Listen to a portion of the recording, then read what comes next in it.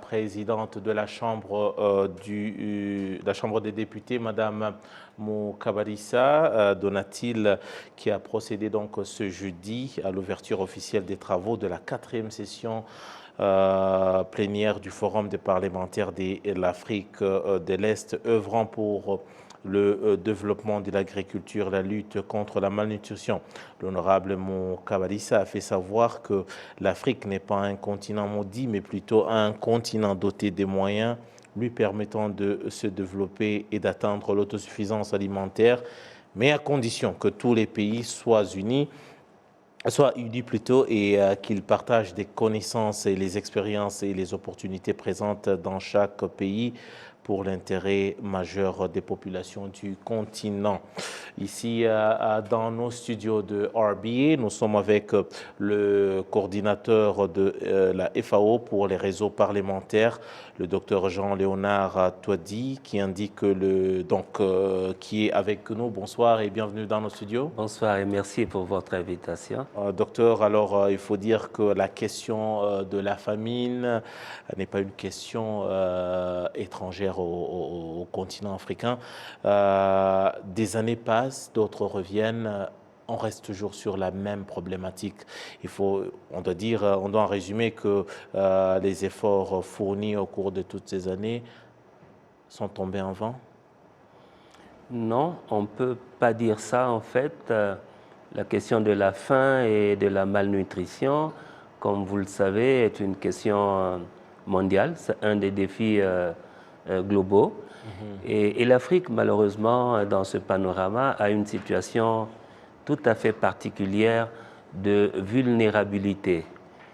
Elle est vulnérable dans sa partie occidentale, donc toute la zone du Sahel, menacée par la sécheresse et l'avancée du désert. Elle est vulnérable dans sa partie orientale, donc toute la corne de l'Afrique en descendant jusqu'au Kenya, par exemple.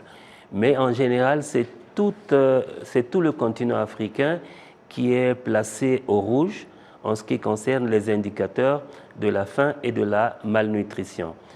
Est-ce qu'il n'y a vraiment rien à faire par rapport à cette situation? Je dirais non. Il y a eu des avancées.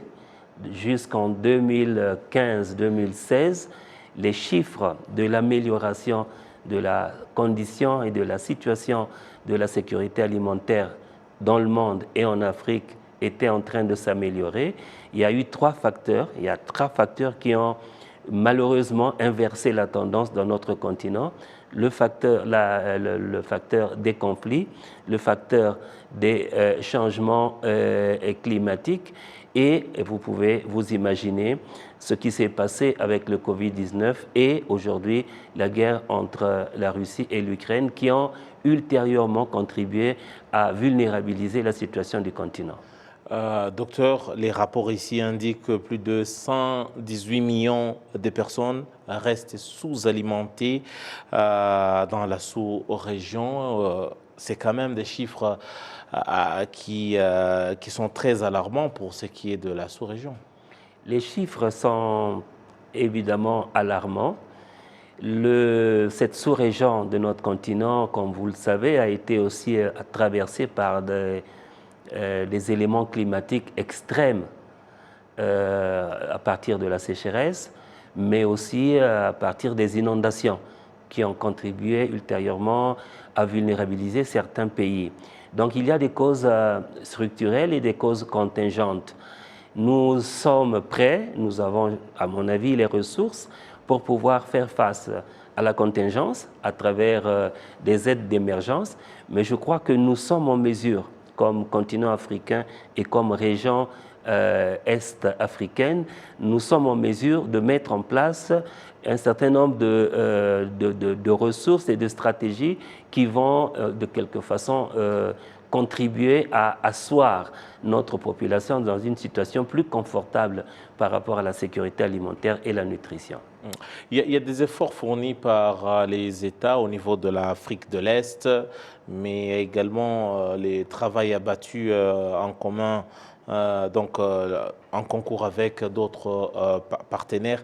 Est-ce qu'aujourd'hui, la question de la sécurité alimentaire, ça reste une priorité pour les partenaires, qui sont les États dans la région? Voilà, c'est une question fondamentale à mon avis. Quand nous parlons de nourriture, quand nous parlons de s'alimenter, nous parlons du premier de tous les droits, c'est-à-dire le droit à la vie. Donc nous sommes là vraiment dans les fondements de la survie humaine. Et si nous transmettons ça au niveau politique, on dit en langue anglaise que basic needs are basic rights. Les besoins fondamentaux sont des droits fondamentaux. Nous pensons qu'on ne peut pas parler de démocratie, de processus de démocratisation, sans qu'il y ait une lutte très acharnée contre les inégalités, une lutte très acharnée contre le non-accès à la sécurité alimentaire de nombreuses populations. Cela étant dit, le monde et tous les partenaires, et c'est ce que la FAO a compris, à mon avis, que les gouvernements tout seuls ne peuvent pas résoudre la question. C'est à cause de ça qu'il faut une logique qui puisse entraîner autour de la table, j'allais dire autour de la houe, pour pouvoir cultiver tous les stakeholders, tous les acteurs, publics et privés, les organisations gouvernementales, mais surtout aussi les citoyens à travers leurs initiatives. Il y a quelques années, on parlait de la faim et la malnutrition, mais aujourd'hui, il y a un autre facteur qui s'est ajouté malheureusement déjà à l'ensemble de ces problèmes, c'est qui est donc le réchauffement climatique qui malheureusement porte un coup dur à cette situation déjà alarmante. Est-ce que l'Afrique, particulièrement la sous-région, selon votre observation et vos recherches, est-ce qu'aujourd'hui nous nous adaptons par exemple aux nouvelles cultures ou à l'agriculture moderne qui puisse être à la hauteur des défis aujourd'hui? Vous posez là une question fascinante aussi, hein, du point de vue de la recherche de ces solutions. Le monde a approuvé il y a quelques années déjà les objectifs de développement durable qui ont été signés par tous les gouvernements du monde, y compris les gouvernements africains, qui fixent des objectifs. Qu'est-ce que nous devons comprendre? Nous devons comprendre que l'économie est un système ouvert qui a une capacité incroyable de produire des biens et des services de façon illimitée. Nous avions oublié quelque part que ce système ouvert travaille sur un système clos qui est le système des ressources naturelles. Donc nous devons aller vers des modèles économiques soutenables. Qu'est-ce que ça veut dire soutenable? Ça veut dire des modèles économiques qui soient inclusifs, donc qui luttent contre les inégalités, des modèles économiques qui contribuent à la préservation de l'environnement et des modèles économiques qui respectent les droits humains. Et donc, autour des objectifs durables, qui ne sont pas des objectifs pour les pays pauvres, mais qui sont des objectifs pour tous les pays du monde, n'oublions pas que l'Afrique, avec 17% de la population, ne contribue que pour 4% de la pollution mondiale. Et pourtant, elle subit les effets les plus néfastes, les plus dramatiques du changement climatique. C'est à cause de ça que nous pensons que notre continent peut vraiment, véritablement, devenir le continent de la soutenabilité du développement, d'un nouveau paradigme de la production et de la reproduction des richesses. Alors, peut-être pour terminer, il y a le continent africain qui a ses objectifs, il y a l'Afrique qui a ses objectifs, mais on parle de l'Afrique aujourd'hui et la majorité des pays africains qui sont constitués des jeunes aujourd'hui et des jeunes qui malheureusement, c'est vrai, représentent plus de 60% de la population africaine, mais est-ce que c'est une jeunesse aussi portée ou qui comprend l'intérêt pour ce qui est par exemple de l'agriculture et de toutes les opportunités qu'elle puisse représenter pour cette jeunesse et pour le continent de manière globale? Je suis très heureux de répondre à cette question et de le faire ici au Rwanda.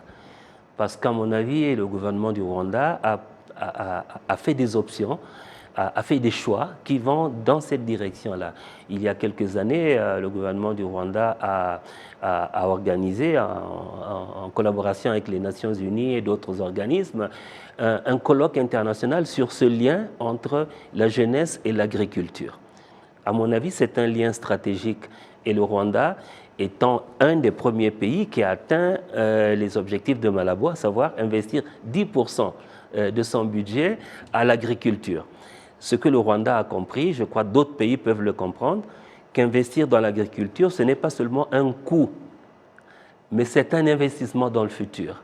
L'Afrique est en train de devenir une Afrique urbaine. Nous devons faire de façon que nos jeunes puissent retourner à la terre. Nous devons faire de façon que l'Afrique cesse d'être ce continent avec 600 millions d'hectares de terres arables, 600 millions de terres arables, qui sont donc une grande ressource, et cette ressource doit être mise à la disposition de nos jeunes. Merci beaucoup en tout cas pour ces explications. Je rappelle que vous êtes le docteur Jean-Léonard Touadi, vous êtes donc le coordinateur de la FAO pour ce qui est des réseaux parlementaires. Merci beaucoup. Merci beaucoup pour cette invitation. Voilà, chers téléspectateurs, téléspectatrices de la télévision rwandaise.